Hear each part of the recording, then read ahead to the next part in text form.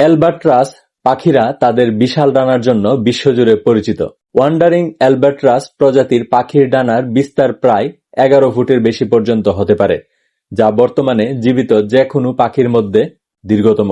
এরা হাজার হাজার মাইল পথ পাড়ি দিতে পারে প্রায় কোনো ক্লান্তি ছাড়াই। অ্যালবাট্রাস বাতাসের গতির সাথে পাল্লা দিয়ে ঘন্টায় প্রায় 120 কিলোমিটার বেগে উঠতে পারে। একটি অ্যালবাট্রাস তার পুরো জীবনে যে পরিমাণ দূরত্ব উড়ে তা দিয়ে অন্তত 80 বার পৃথিবী প্রদক্ষিণ করা সম্ভব। অ্যালবাট্রাসের ডানার হাড়ের গঠনে একটি বিশেষ মেকানিক্যাল লক আছে। যখন তারা ডানা মেলে ভেসে থাকে তখন তাদের কোনো পেশি ব্যবহার করতে হয় না।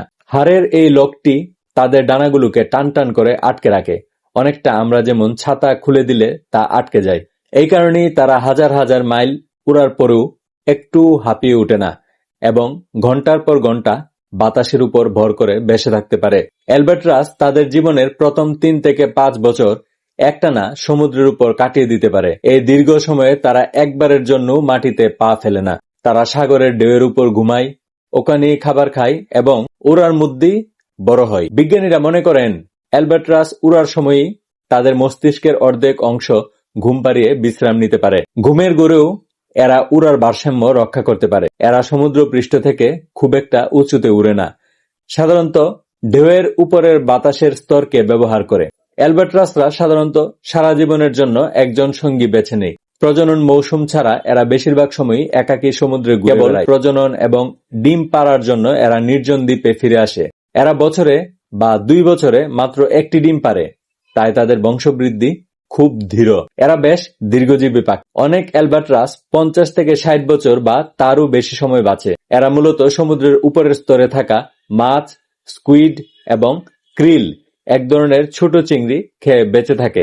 মাঝে মধ্যে এরা মাছ ধরার ট্রলারের পিছনেই ফেলে দেওয়া খাবারের আশায়।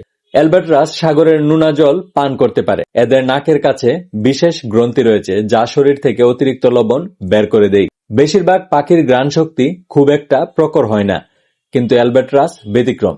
এরা বাতাসের গন্ধ শুঁকে মাইলের পর মাইল দূর থেকে বুঝতে পারে কোথায় মাছ বা স্কুইডের জাক আছে। সাগরের বিশাল নীল জলরাশির মাঝে এটি তাদের প্রধান কম্পাস। অ্যালবাট্রাসরা সাধারণত ঝড়ের ঠিক আগেই বেশি দেখা দেয়, কারণ তারা ঝড়ের বাতাসকে উড়ার জন্য ব্যবহার করে। নাবিকরা এদের দেখলে বুঝতেন সামনে বড় কোনো বিপদ আসছে।